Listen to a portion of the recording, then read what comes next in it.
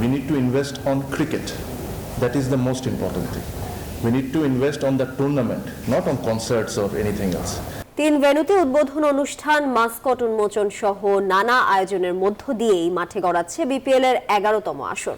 তবে নতুন বাংলাদেশে নতুনভাবে আয়োজনের প্রতিশ্রুতি থাকলেও মন ভরেনি অধিনায়কদের। এসব নিয়ে ব্যাখ্যা দিয়েছেন বিসিবি পরিচালক নাজমুল আবেদিন ফাহিম। বছর ঘুরে আবার বিপিএল এর আসর। হোম অফ ক্রিকেটে দেশি বিদেশি ক্রিকেটারদের মিলন মেলা, অনুশীলনে তারকার ছড়াছড়ি। 7টি দল যে যার মতো প্র্যাকটিস সেরেছে।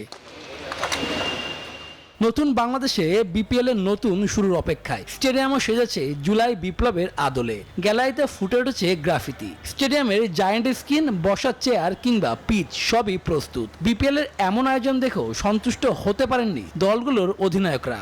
অন্যরকম বিপিএল যদি আমাদের করতে হয়, we need to invest on cricket. That is the most important thing. We need to invest on the tournament, not on concerts or anything else.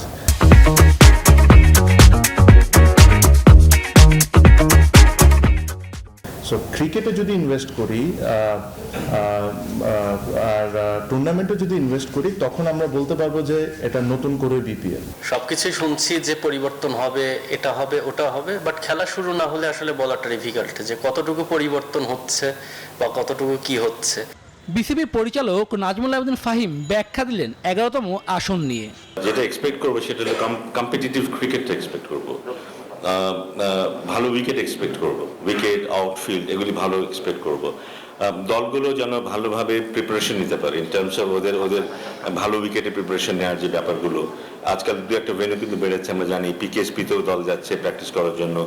এবার 3 ভেন্যুতে হচ্ছে বিপিএল এর উদ্বোধন অনুষ্ঠান। এবার অপেক্ষা দেশের সবচেয়ে বড় ফ্র্যাঞ্চাইজি আসরের মাঠের লড়াইয়ের। খেলা হাই স্কোরিং না হলে আগ্রহ কতটা থাকবে দর্শকদের, সেদিকেও থাকছে নজর। মাস দিন পেরিয়ে বিপিএল মাঠে গড়াতে বাকি আর মাত্র কয়েক ঘন্টা। প্রস্তুত হোম অফ ক্রিকেট, প্রস্তুত আসরে অংশ নেওয়া 7 দল। 7ই ফেব্রুয়ারি ফাইনালে কার হাতে উঠবে বিপিএল এর সোনালী ট্রফি, সেটি দেখার জন্য অপেক্ষা করতে হবে প্রায় 1.5 মাস। তবে মাঠের লড়াই যে জমজমাট হবে সে আশা জানিয়ে রেখেছে আয়োজকরা।